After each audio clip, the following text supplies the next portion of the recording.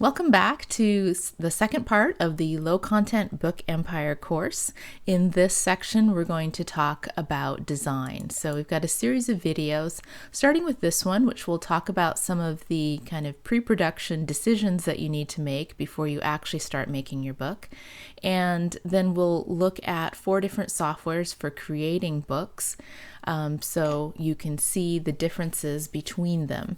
And I will be making the same page layout in all 4 of them so that you can actually visually see the difference. So which ones are we going to look at? We're going to look at Adobe InDesign, which is the industry standard. And this is what I use myself. It does have a learning curve. I'm not going to lie about that. But once you get it, it's very powerful. It will actually speed up your workflow, some of the things that it can do.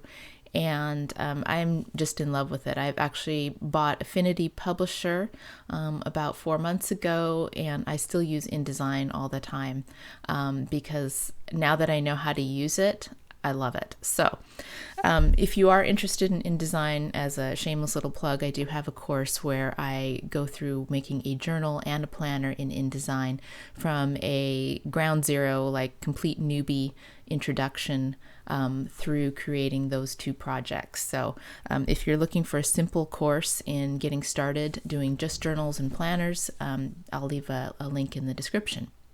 So if Adobe InDesign is part of the Adobe Creative Cloud, you can subscribe to it individually. It is a monthly subscription, or you can subscribe to the entire Adobe Creative Cloud, depending if you have need of other things like Photoshop or Illustrator, or if you do videos, you might want Adobe Premiere, Adobe Audition as part of it. There's a whole suite of tools that you get for one price. And yes, it is expensive, but if you use just a few of those, it can be worth the cost because they are great tools. And the nice thing too is if you already know how to use one of them, there tends to be some similarities between the tools, and especially so in conjunction with InDesign, I use Photoshop and Illustrator. And as I've used all 3 of those over the last couple of years, I've noticed that the way one behaves is also how the next one behaves and the other one behaves. So once you learn one, learning the next software will be much easier. Affinity Publisher is the best alternative to InDesign. It's fairly new, as in a few years, and it's a one-time fee, currently about $50, and sometimes goes on sale, but not often. So if you can catch it on sale, that's a great time to do it. It does a lot of what InDesign does, but not everything. But as it starts to grow and develop as a software, I suspect that they will start adding new features to it. So that will be our second pro option that we'll look at. We'll also look at Canva and PowerPoint. Canva is free to use. They do also have a paid plan, which gives you a few other features and benefits. For what we're going to be designing in these demos, you don't really need it. You can use the free version. And then PowerPoint. This has been very popular for low content book creators. It's something most people already have on their computer, so in that sense, it's kind of free. And then the alternatives would be Google Slides, and if you are a Mac user, Keynote. I don't use Google Slides, and I've never owned a Mac. So I can't really speak to those. So I'm going to be just looking at PowerPoint, and I think you'll be able to figure out how that translates to Google Slides or Keynote just by watching the PowerPoint demo. Some of my concerns with PowerPoint are that the resolution as is, I'm under the understanding, is 96 dpi. Usually print quality is 300 dpi, so that's dots per inch. So that's the resolution of it. And so I'm a little concerned about that, but I have also heard that PowerPoint maintains the resolution of anything you insert into it. So for example, if you do put a higher resolution photo or image into it, it will keep that resolution. It won't like drop it down to 96. So I think only the things that you natively create in PowerPoint will be 96. Anything you insert into it will be higher. Now, I don't know if there's a way to adjust that output because I don't use it for print. I have never experimented with that. I have heard that on Keynote there is a way to adjust the resolution. So if you are a Keynote user, that would be something worth investigating. Choose a size. So in order to lay out your document, you need to know how big your document needs to be. So some of the standard sizes that are popular are listed up here: 4x6, 6x9, 7x10, 8x10, 8.5 by 11. So 8.5 by 11 is obviously a full-size book. That would be great for coloring books, activity books. Even things that are like maybe a prompt journal might be this big, especially if it's something like creative writing. If you're wanting to do prompts for writers, they might appreciate having more room to write in the book. 8x10 and 7x10, you're kind of hovering around composition book size. Composition books are about 7.5 by 9.5, so right in the middle of this. This is also kind of the good size for the sort of executive planner that you might see someone throw in a briefcase, or that you might buy at Office Depot. 6x9 is very popular as a size. It's a little bit bigger than a typical paperback, which is usually 5.5 by 8.5. And the one little thing about that is I heard someone say, who's worked in the publishing industry, that bookstores are starting to shy away from stocking anything 6x9 because it's kind of the telltale sign of a self-published book. That's how popular it is in self-publishing. 4x6 is really small, so you'd have to be wanting to make something pocket-sized in order to go down to 4x6. I mean, that's the size of a typical photograph. So when making that decision, you'll probably want to look at similar books to the kind that you are creating and see what the popular sizes are. So just do a little research and look at some books that are similar to what you want to create and look at their dimensions. Also read the reviews. Make sure that people are happy with that size. If you're seeing reviews saying there's not enough room to write, or I can't fit it in my purse, then maybe it's not the size that people wanted. And when you read reviews, you're looking for repeated comments that say that, not just one person, because you can't make everybody happy all the time. Also, in terms of size, skipping down to this point here, what is big enough for your readers? So again, if you're doing a creative writing prompt journal, you'd want people to have enough room to write. If people are doing just a sentence a day journal, they don't need as much room to write, so you could do a smaller size. So you also want to look at where you're going to publish. So standard sizes can vary in terms of what Amazon considers a standard size, which would be KDP, and what Ingram Spark considers a standard size. So if you are wanting to publish to both platforms, you'll want to pay attention to that. So some people, what they do is they use KDP for all their Amazon books, and then they also publish the same book to Ingram Spark for the expanded distribution, meaning being available to bookstores and libraries and Barnes & Noble and all that kind of stuff. So if you are only using Amazon's platform, custom sizes might not qualify for their version of expanded distribution, which also, makes it available to other bookstores, libraries, etc. The reason people sometimes separate that is because not every independent bookstore is a fan of Amazon. So the thinking is that if they see that Amazon is the distributor, they may not order books from Amazon. They may only order from Ingram Spark or directly from independent publishers. So that's kind of the reasoning why someone might publish it on both platforms separately. So if you are doing Amazon only and you want to do expanded distribution, you'll want to stick to what they call their standard sizes, which they do publish, and we'll take a look at that later. So what type of binding? So we will look at that on the next slide. Some binding types have page count limits, so you do need to decide on that.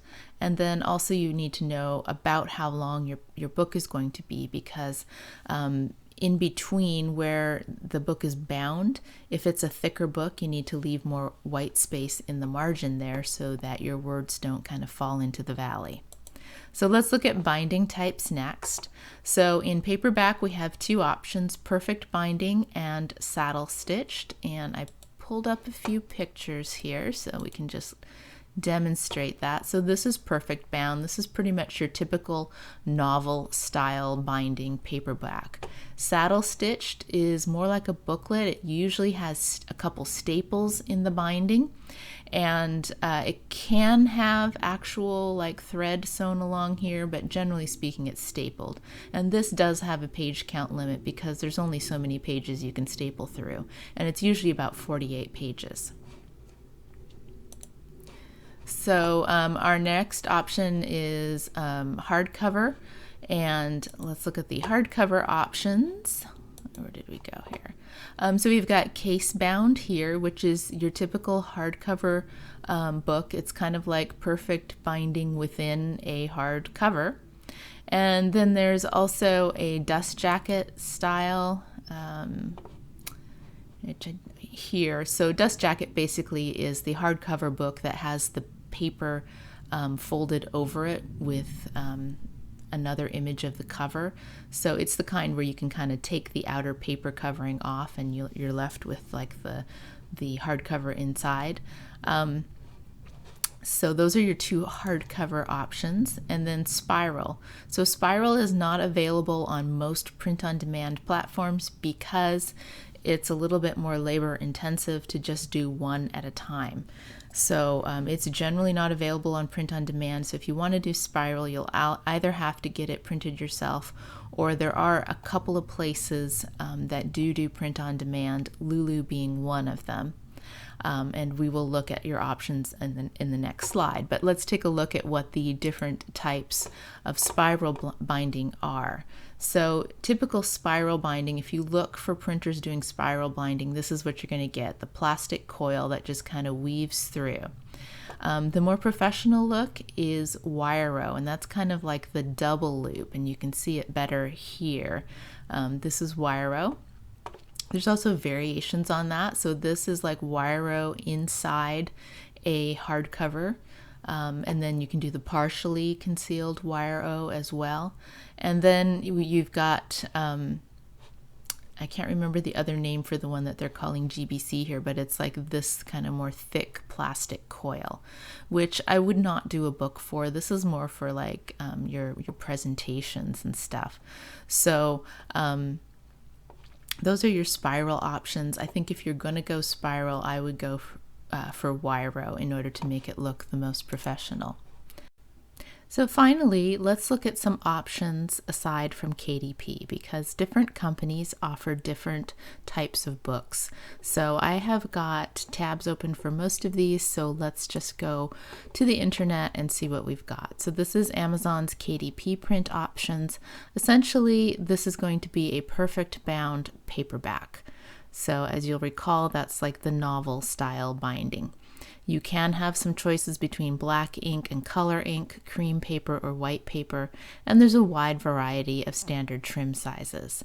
You can do custom trim sizes aside from these within this range, and I believe you can actually even ask for as little as 4x6. But in general, these are your sizes, and the page counts, minimum page count for pretty much all of them is 24. The maximum varies, but you know, we're not writing an encyclopedia here, so I doubt you're going to have an 800-page book anyways. So that is KDP. So let's go to Ingram Spark, which is probably the second most popular option. So you do get a couple more options with them. So you can do paperback or hardcover. And then Amazon will also let you choose between a matte and a gloss cover.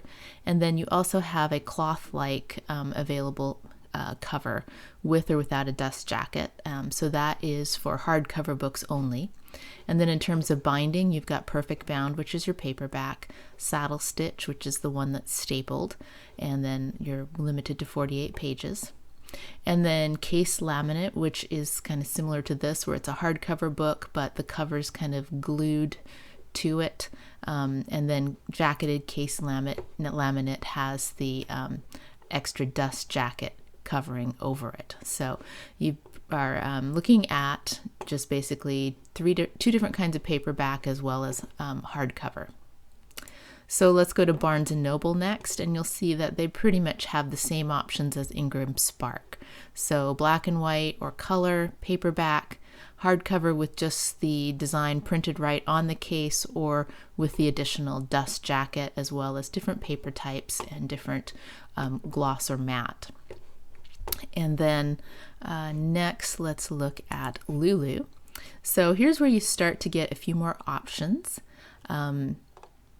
You've got standard paperbacks, which come in all these different sizes. So as I hover here, you'll see all these different ones change. So, anywhere from 6x9 to they've got the pocketbook, and then you've got premium paperback, which is a little bit better quality, and then hardcovers, which also have either the case wrap or the dust jacket option. And then you can do photo books, which gives you some options to do landscape style. You can also do calendars, and you will also notice that they do have some spiral bound options. But looking at the picture, this is kind of that coil spiral bounding. So it's not the fancier type, it's more of the plastic coil that kind of is spiraled through the holes. So do consider that. It's not a wire-o. Blurb. So blurb is good if you want to do something that's a little bit more high-end. So you can do photo books, again, in square or landscape. Be great if you were doing a cookbook that had full color pictures. Trade books, those are your typical paperbacks. And then magazines, so that's something that some of the others don't offer. It's not exactly cheap, so it would probably have to be a very specialized magazine that has a special audience that's willing to pay more, but that is an option. And then of course they do ebooks as well. And then finally, let's look at draft to digital. So as far as I can tell, this is paperback only, but they don't really say on their page. And they also have a more limited range of sizes. So that's draft to digital. They are probably the newest one on the block of all of these options. And we forgot. I forgot to mention one thing about Barnes & Noble. So one good thing about Barnes & Noble to consider is that you can actually create books just for yourself or for your business without actually making them live to the whole world. And that's a question that comes up in publishing groups now and again is, I want to make this book and I want to get it printed, but I don't want to sell it. I just want it to order copies to either give to my friends and family or whatever, so do know that Barnes & Noble Nook Press does give you the option to just print it for yourself and order author copies without having to make it live in the system. All right, so that's our quick look. Take a look through some of these on your own and decide what you want to do. One other thing to note is if you do go with Blurb, they do have their own book creating software called Bookwrite. So you can use Blurb's layout software on their site instead. They also have a plugin for InDesign that makes that connection a little bit more seamless. I have not used it myself, but it is something that's available there too.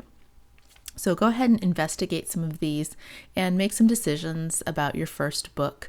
What size do you want it to be? How do you want it to be bound? And where are you going to get it printed? And next, we are going to start looking at actually designing your book.